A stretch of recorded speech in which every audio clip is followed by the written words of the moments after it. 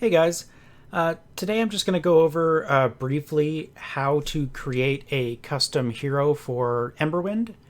You're going to need a couple things. You're going to need the Emberwind Hero Manual, either a physical copy or a PDF version of it.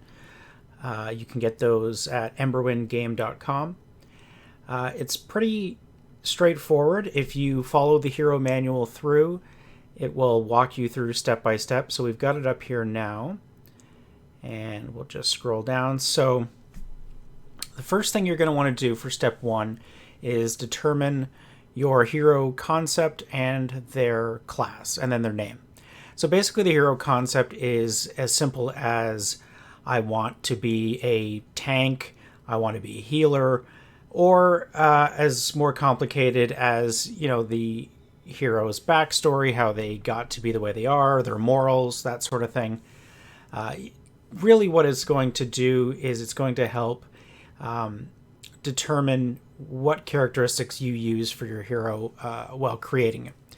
So once you've got that kind of in your head, what sort of concept you want to go with, you're going to need a class, which will go down here. So this will be the list of the classes. This is sort of a summary of each class. So we've got the Ardent, Druid, Invoker, Archer, Rogue, Warrior, Atlanta, Spiritualist, Tactician. So you can go through the hero manual further in. It will go into more detail the different classes. So once you've chosen the class you want to be, the next thing to do is to choose your tier. Most of the pre-made campaigns are using tier 2 characters. So the pre-made characters for those are tier 2, and if you make your own, you would choose tier 2. So when you're filling out your character sheet, you're going to take the base hero values here for tier 1, and you're going to add those to your character sheet. So I'll just show you real quick. So for instance, 20 hit points. I'll just use the online one. We'll say 20 hit points. We'll say we chose Archer as our class. This thing's a little finicky. Tier 2. And then if you look at the manual, so it'll give you your stats that you start with. So for instance, tier 1, your barrier values, your toughness, your resistance, and your defense values, your dodge, and your willpower start at 4. And all your skills start at 8.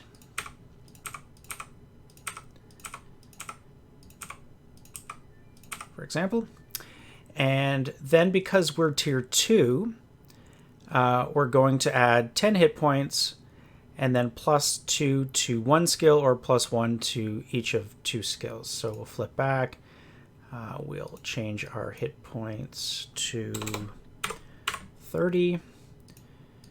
And we will, I don't know, for this we'll say maybe athletics. We'll get one, and say stealth. The other attributes that you take for tier 1, you will get your special action limits, so your trigger limits, sustain limits, amplify limit, and your, I believe it has the tide turners on there, 2 tide turner charges, so 2, oops, let go, so 2, that's good. And then your movement, which is 1 to 5, and your shift is 1. I believe that's all the... Oh, right, and your cap check. So 2, 10, and 5 for your cap. 2, 10, and 5. So that puts you all your base values in. So again, so far pretty straightforward. Next, you're going to pick one of the offensive I should say before we go any further, there are two ways to create your character. You can do the aspects system, which is the default, or they also have the attribute system, which is closer to traditional tabletop RPG character creation, where you're rolling dice and taking values from that. I find the aspect system is way more straightforward and simple, especially for new players, and it's a lot faster. So I would suggest doing the aspect system. So, for example, here we want to pick an offensive aspect. Let's say they are steady. So flip back here, and offensive, we will choose steady. Yep, we got that. And what that gives us, because we are tier 2, it's going to give us everything in tier 1, so +1 accuracy and +1 penetration, and then also +2 penetration from tier 2. So we'll do +3 penetration and +1 accuracy. So that's our cap check. So our accuracy is now 11. And what did I say that was? +3 penetration. So 5, 6, 8. With Emberwind, your cap check, so it's your 20-sided dice roll that you will take anytime that you target a foe, you're rolling low. So you want to get underneath these values. So the higher these values are, the better they are for you. So we'll flip back in. Next, we're going to do our defensive. So we will, what do we got here? Let's say evasive. We're making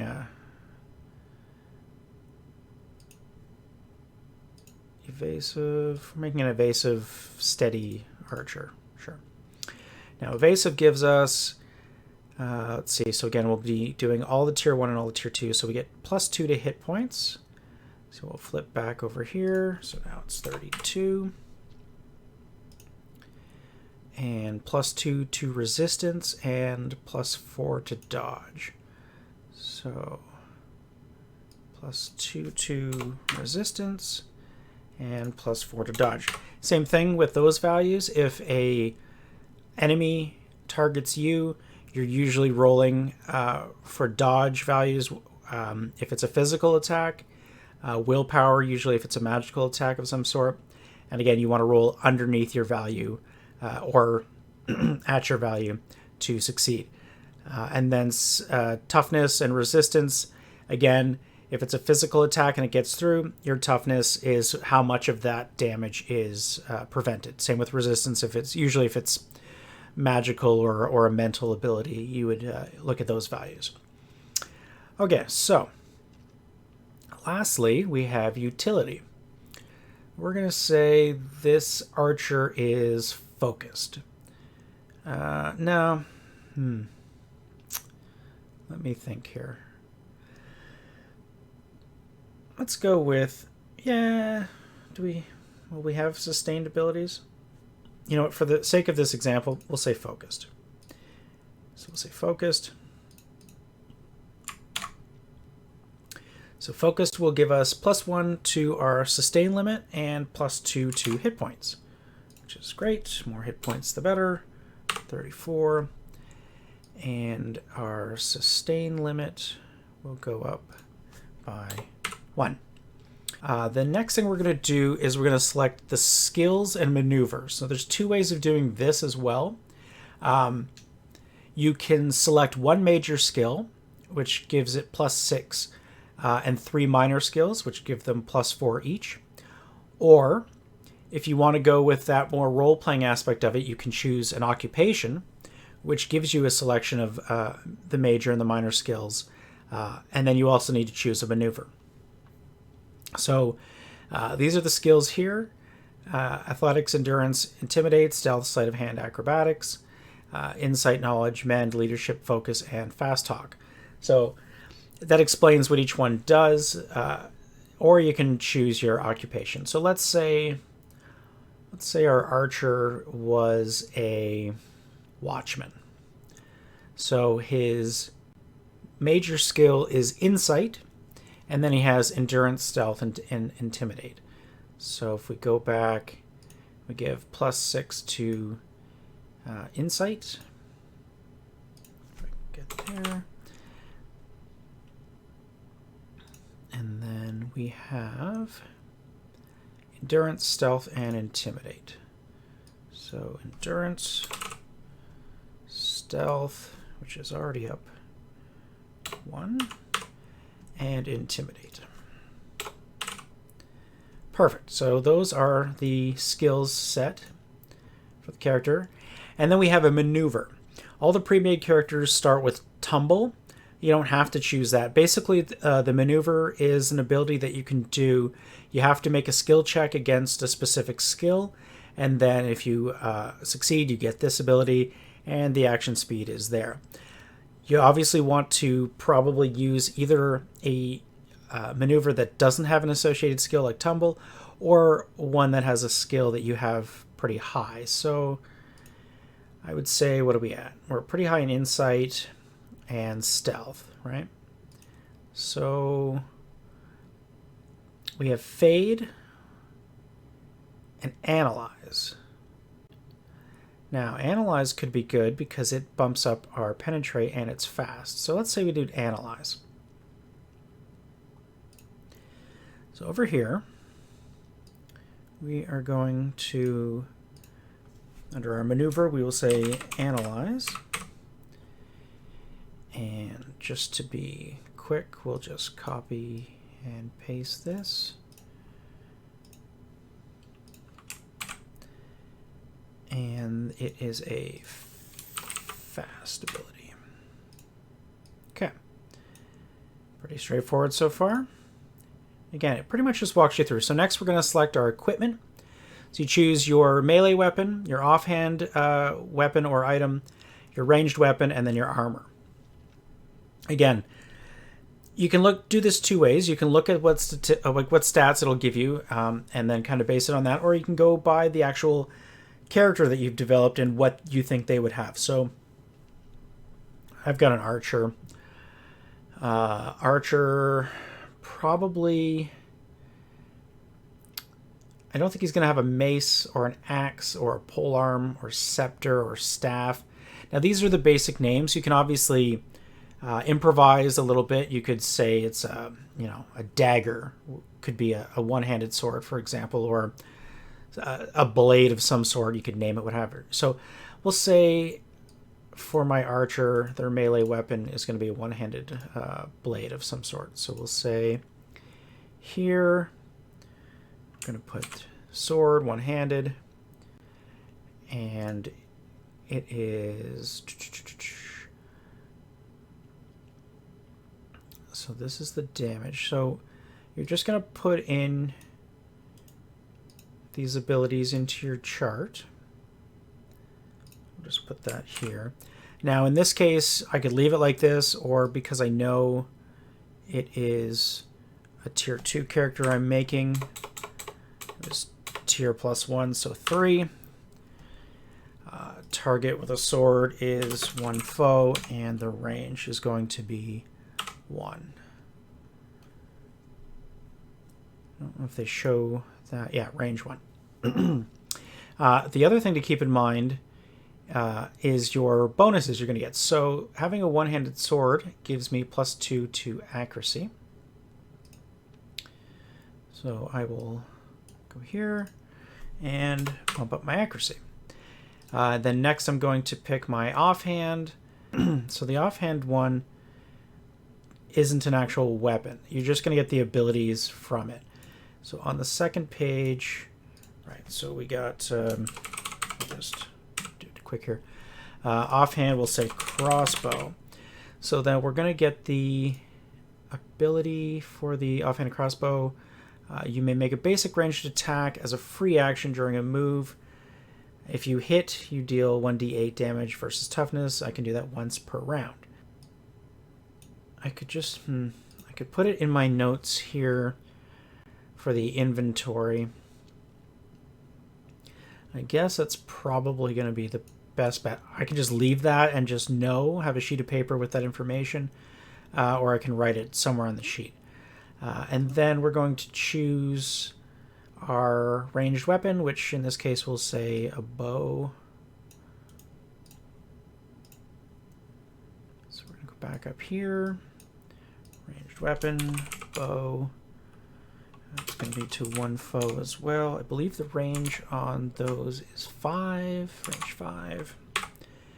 And same thing. We can do, just fill this information in. And those are both slow actions. And then lastly, we're going to choose our armor. Archer, probably maybe light armor. So I'm going to get plus tier to my dodge ability. So I'm tier 2, so plus 2 to dodge. So that puts it to 10. So that's the basics out of the way. And then the next step is going to be, now this kind of tells it, filling out how you fill out the cards, which is exactly what we just did. And then you get down to here. So this is the major part of your, definitely of your combat for your character. So you're going to choose 6 class actions or traits and 2 class tide turner actions. So we chose Archer. Are these alphabetical? No. Okay. Archer, Invoker. Okay. So Archer. Now again, it has much more detail about the character or the class type if you want to get some information on that. But this is basically what we're going to be looking at. So because we're tier 2, we're going to look at Archer tier 1 and Archer tier 2 class actions and class traits. I'm not going to fill out the entire card because that'll take a little while. But essentially all you're going to do, as I said, you're going to pick your class actions. So you got 1, 2, 3, 4, 5, 6. And your class tide turner actions, the 2 here. So it's pretty straightforward. We'll do 1 here. Let's say, let's say arrow volley. So we'll do arrow volley, and it is a general exploit.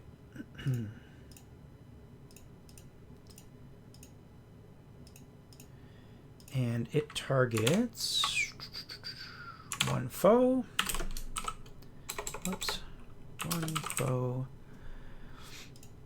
It is a ranged attack, if I don't recall correctly.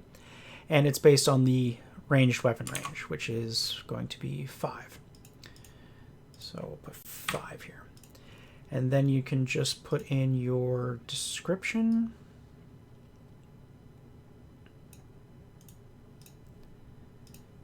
Paste that in.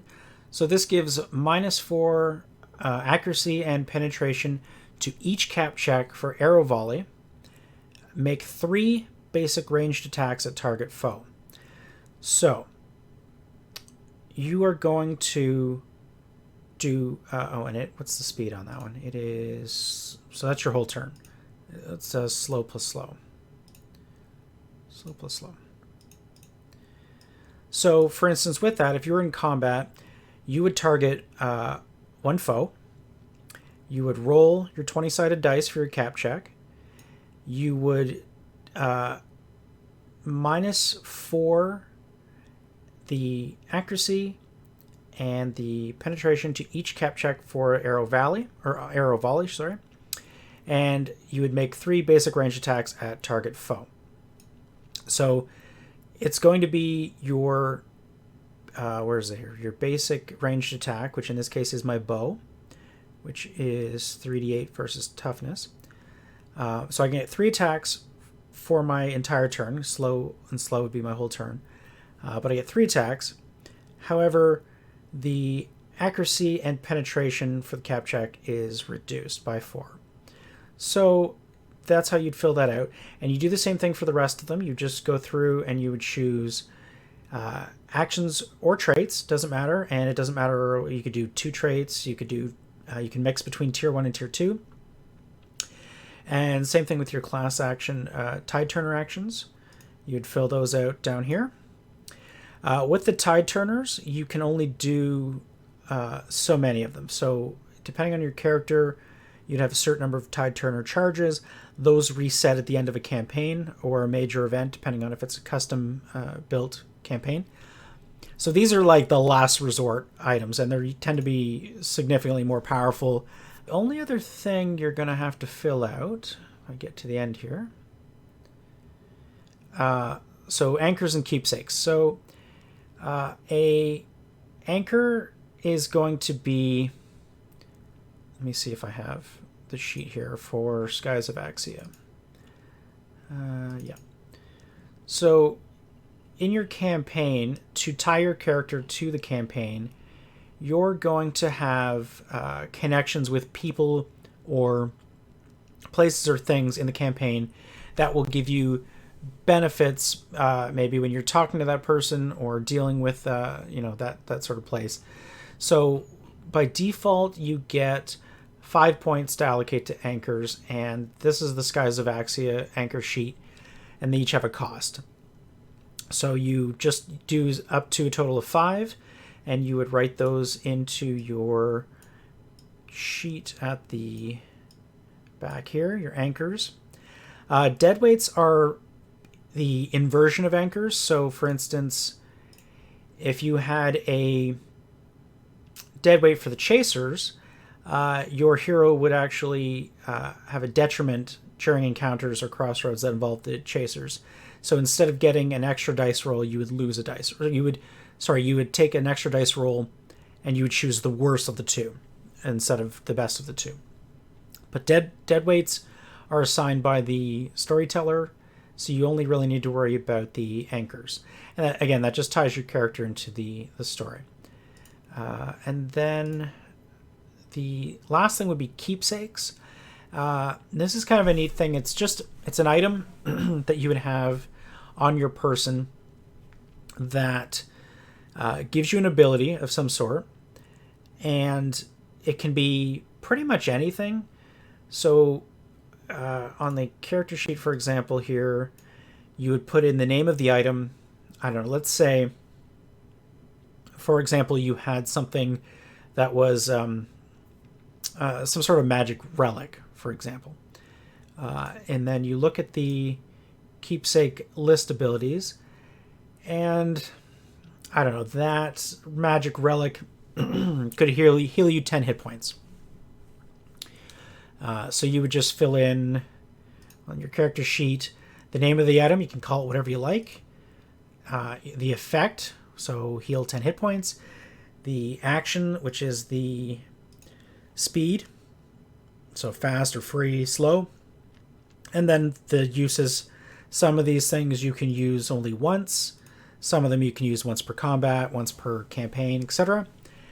And those are usually static items, but the storyteller, depending on the campaign or the story, could introduce new ones that somebody could pick up and add them to your inventory.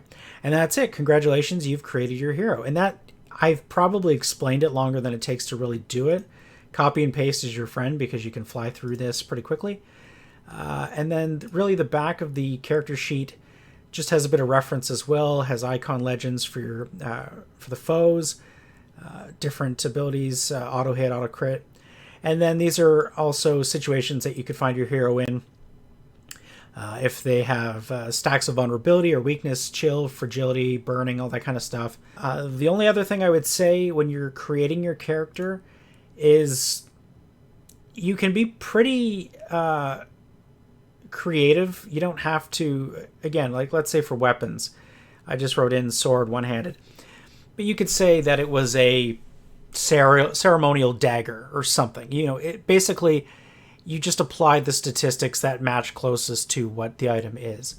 But yeah, it is a very straightforward, simple character creation method. Just, again, remember that in Emberwind, you're wanting, unlike other traditional tabletop RPGs where you want to roll high, you want to roll low for everything. For every check, if the storyteller says, okay, roll an insight check, you roll your 20-sided dice, you need to get underneath the insight check. Equal to or underneath. Same thing with the cap check. For a critical hit, in most cases, you need to roll a 2 or a 1 versus a 20, right? And again, just as a reminder, if you roll a critical, you don't need to worry about accuracy or penetration. You absolutely hit and you absolutely penetrate. And a critical, you would do the maximum damage you can deal with whatever ability you're using to the enemy, full stop. If it's not a critical, but it's under accuracy, you hit, and then you check to see if you penetrate. If you penetrate, then they don't have any resistance or toughness against your attack, and you roll for your attack damage. If you don't penetrate, then you roll for your attack damage, and then they minus whatever their toughness or resistance, depending on the ability. That's pretty much it. I just thought I'd put this together because I thought it might be easier to kind of go over it and see it. If you have any questions, let me know. Otherwise, looking forward to playing.